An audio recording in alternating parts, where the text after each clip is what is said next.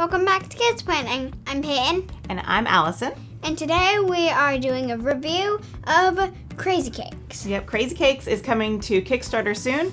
It is a cute little game that, what are we doing in it? In Crazy Cakes, you are trying to make 3 cakes. We're making cakes. And you make those cakes with cake, filler, and frosting. Yep, and it just takes 3 layers to build your cake. And you have to do it in that order. You have to first play a cake card, then a filler card, then a frosting card. Seems simple enough. Yes, but it's actually a lot harder than it sounds. Why? Because other players can actually place stuff on your cake. That's right. This is a cute little take that game. We tend to steer away a little bit from take that games, but some of them have fun twists in them. And this one is one of those that we had a lot of fun. Yeah. The boys learned it on their own, and then they taught me, and then they taught Daniel, and they both said it was really easy to learn. We've got the rules here. It's just a quick little front and back. They picked it up really quick, and we've played it quite a few times. So how do you set up the game? So you set up the game, you shuffle all the cards, and give each player a hand of 3 cards. That's the setup. Yep, that's all the setup. And these are the points, this little circle right here. And then there is a little icon. There might be a little icon right here. Yeah, not all the cards have the icon, but those icons are something special. So if you have your cake set up with your 3 layers and you only have 1 icon, then that icon doesn't get counted. What makes that icon number count as points? So this icon is here and this icon is here, but I can have the icon in another cake. And there is the star icon, the coffee mug icon, and the fish icon. So if you mix any of these with another icon in the same cake or in a different cake, then you will get the points that are right here. On the icons versus the ones that are just in the center. So you play your cake. So I've got this is my hand, and when you go around to start your turn, you draw a card, so you'd have up to 4, and then you would play. Your action, you can either you can play a card, so you start with the base, you can discard a card that you don't want to use, or you can play an action card. Now the action cards, these are the action cards. I've got some action cards here, and this is kind of where that take that comes into play. Scavenge, you can actually go through the discard deck, which is nice because there could be some in there that you saw someone else discard and you're like, oh, that's the one I need.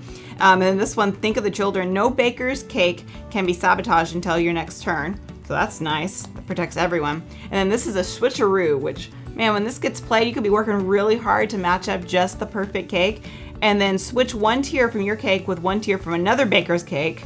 And the cake tiers do not have to be completed to be switched. So it can be, you can pull from one cake from one person and just stick it on the other one, completely mess everyone's order up. So that's where your take that kind of comes into play. But there's also take that for if I had a really, really bad card like this one. What's that one? This one, I can just play it on her cake. You can play on other people's cake. But the bad thing is I can't play it on now.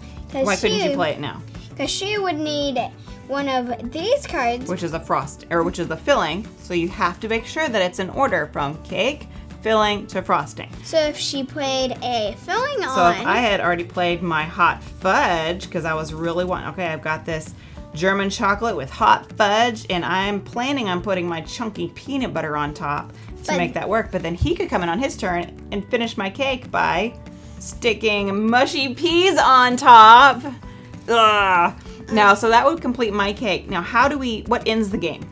The game ends when 3 cakes are made. Yep, 3 separate of these cakes made. So I could have more points on the table by starting more cakes, because at the end of the game, you get points for all the cakes that you have started. So that means even if you make 3 cakes, doesn't mean you win. Correct. You win by if you have the most points. Some cards, like these are, that's a -3, this mushy. So he added, I had 7, 14, and then I was planning on putting a 5 on there. So that would have been 19 points. Well, he put that -3 on there. So that's like, oh, bummer.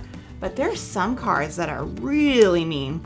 This one, that's probably like the worst card. Yeah, he could lay this. This is Mutant Slime. It's negative 10 points with no way to change it. So that's -5. Right. But say this one, this is Seaweed. Now, if there is a fish, so my cake was the white rice, but it has this fish symbol on it.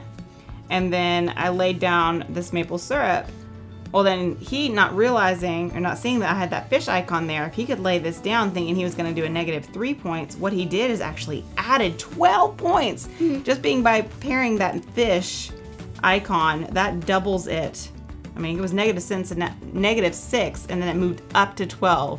There's a big swap in point value when you've got to pay attention to those icons. And what I like about this game is probably the challenge of making your cake without any action cards or any like cards being played on it, so you can win by having the most points. Have you done that? Have you played without any action cards before? I always use action cards when I can. Well, actually, like making it so nobody plays action cards that will do something to your cake.